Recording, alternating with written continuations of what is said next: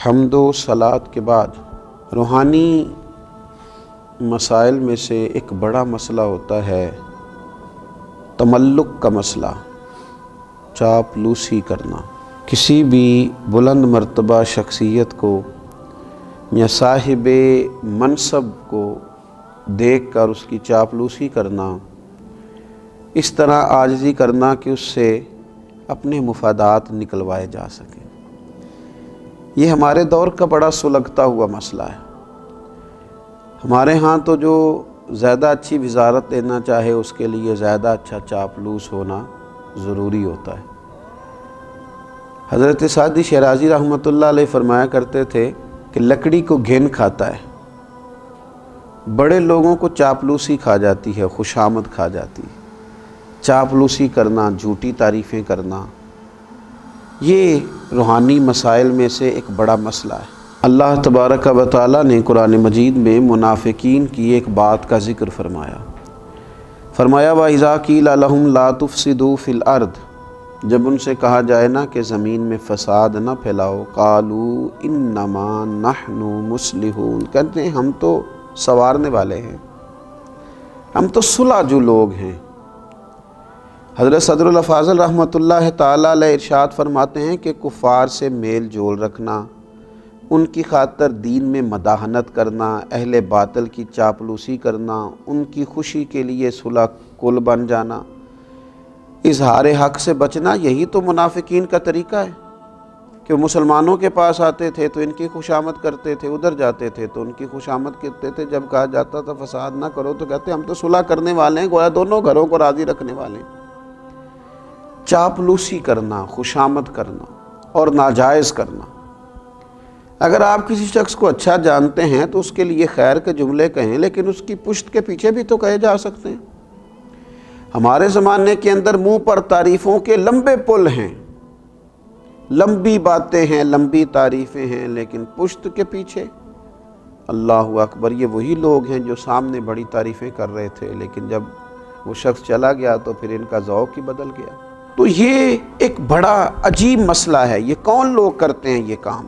زیادہ تر یہ وہ لوگ کام کرتے ہیں جن کی طبیعت آرام پسند ہوتی ہے، خود محنت نہیں کرنا چاہتے، کسی کی چاپلوسی کر کے، کسی کی خوشامد کر کے اپنے معاملات زندگی چلانا چاہتے ہیں، خود مشقت کا رستہ اختیار نہیں کرتے۔ کچھ لوگ ایسے ہوتے ہیں جنہیں منصب چاہیے ہوتا ہے تو وہ کسی صاحب منصب کی اتنی رج کے تعریف کرتے ہیں، اتنا اس کے پیچھے چلتے ہیں، اتنا آگے لے جاتے ہیں، اس کی کسی غلطی کو غلطی ماننے کو تیار نہیں ہوتے۔ صرف اتنی بات ہوتی ہے کہ اس صاحب منصب کے ساتھ ملوں گا تو کوئی چھوٹا موٹا عہدہ مجھے بھی مل جائے گا۔ کچھ لوگ اس لیے چاپلوسی کرتے ہیں کہ انہیں شہرت کی ضرورت ہوتی ہے، انہیں چاہیے ہوتا ہے کہ میرا بھی نام ہو جائے، کسی بڑی جماعت کے نمائندے بن گئے، کسی بڑے آدمی کے نمائندے بن گئے تو اس کی جائز ناجائز ترجمانی کر کے وہ کیا کرتے ہیں، وہ اپنے لیے شہرت کا سامان اکٹھا کرتے ہیں۔ یہ لوگ ایسے ہوتے ہیں کہ جن کی پھر کوئی اپنی زندگی نہیں رہتی، کوئی اپنی شخصیت نہیں رہتی، کوئی ان کا اپنا وقار نہیں رہتا۔ ہاں، اگر تم نے تعریف کرنی ہے، اگر تم نے کوئی بات کرنی ہے تو رب رسول کی کرو، حضور کے صحابہ کی عظمت بیان کرو، نبی پاک کی اولاد پاک کا ذکر کرو، اولیاء اللہ کا ذکر کرو، دین اسلام کی تعریف کرو، دین کی حمایت کرو، دین کے بارے میں لوگوں کو آگاہی دو۔ اور پھر ڈھیر سارے لوگ ایسے ہوتے ہیں کہ جب وہ کسی کی تعریف کر رہے ہوتے ہیں تو پھر انہیں اس کی تنقید بھی کرنی پڑتی ہے اس پر جو اس کا مخالف ہوتا ہے، اس کے دشمنوں کے بارے میں انہیں برا رویہ بھی اختیار کرنا پڑتا ہے۔ اس کا لازمی نتیجہ یہ نکلتا ہے کہ پھر یہ عداوتیں پھیلاتے ہیں، نفرتیں پیدا کرتے ہیں، بہت سارا نقصان ان کی وجہ سے ہوتا ہے۔ بغض، کینہ، عداوت، ان چیزوں کو فروغ دینے میں یہ چاپلوس لوگ بڑا کردار ادا کرتے ہیں۔ تو اپنی زندگی میں بندہ وقار والا بنے۔ ہاں، کوئی شخص اگر صاحب کمال ہے، اس کی تعریف کی جائے، اس کے لیے خیر کا جملہ کہا جائے، لیکن اتنا جس حد تک کہ وہ ہے۔ بریلی شریف کے بہت بڑے بزرگ تھے، شیخ الحدیث حضرت مولانا تحسین رضا صاحب رحمۃ اللہ تعالی علیہ، مجھے کچھ ان پر لکھنے کا موقع مل رہا تھا تو میں نے لکھ دیا کہ حضرت تہجد کے وقت اٹھتے ہیں، تہجد پڑھتے ہیں، میری ان سے بڑی عقیدت تھی۔ تو حضرت صدر العلماء رحمۃ اللہ تعالیٰ علیہ مجھے فرمانے لگے، مجھے فون آیا ان کا، کہنے لگے میں تہجد کی نماز نہیں پڑھتا،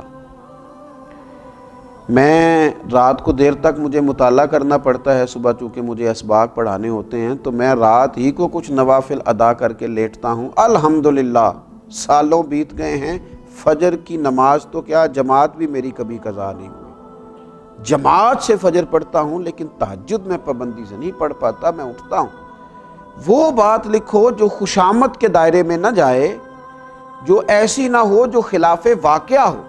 ہمارے بزرگ اس کو سختی سے ناپسند کرتے، سختی سے۔ ہم نے دیکھا کچھ مشائخ کو دیکھا، اگر کسی شخص نے مبالغہ آرائی کے ساتھ ان کی تعریف کی تو انہیں روک دیا، انہوں نے کہا نا بھائی میں اس منصب کا اہل نہیں ہوں، مجھے صرف وہ کہو اس منصب کا میں اہل ہوں۔ لیکن یہاں خوشامد ہے کہ بڑی لمبی چوڑی ہے۔ اللہ کے پیارے رسول صلی اللہ تعالیٰ علیہ وآلہ وسلم نے ارشاد فرمایا، جس نے کسی غنی کی مالدار کے لیے، حضور فرمانے لگے جس نے کسی مالدار کے لیے عاجزی اختیار کی اور اپنے آپ کو اس کی تعظیم اور مال و دولت کے لالچ کے لیے بچھا دیا، صرف مال کی وجہ سے، دولت کی وجہ سے اپنے آپ کو اس کے سامنے بچھا دیا، تو حضور فرماتے ہیں ایسے شخص کی 2/3 غیرت اور دین کا آدھا حصہ جاتا رہا۔ 2/3 غیرت چلی گئی، آدھا دین چلا گیا، کیونکہ اس نے مالدار کے سامنے خوشامد کر دی، اس نے جناب اس کے سامنے اپنے آپ کو جھکا دیا۔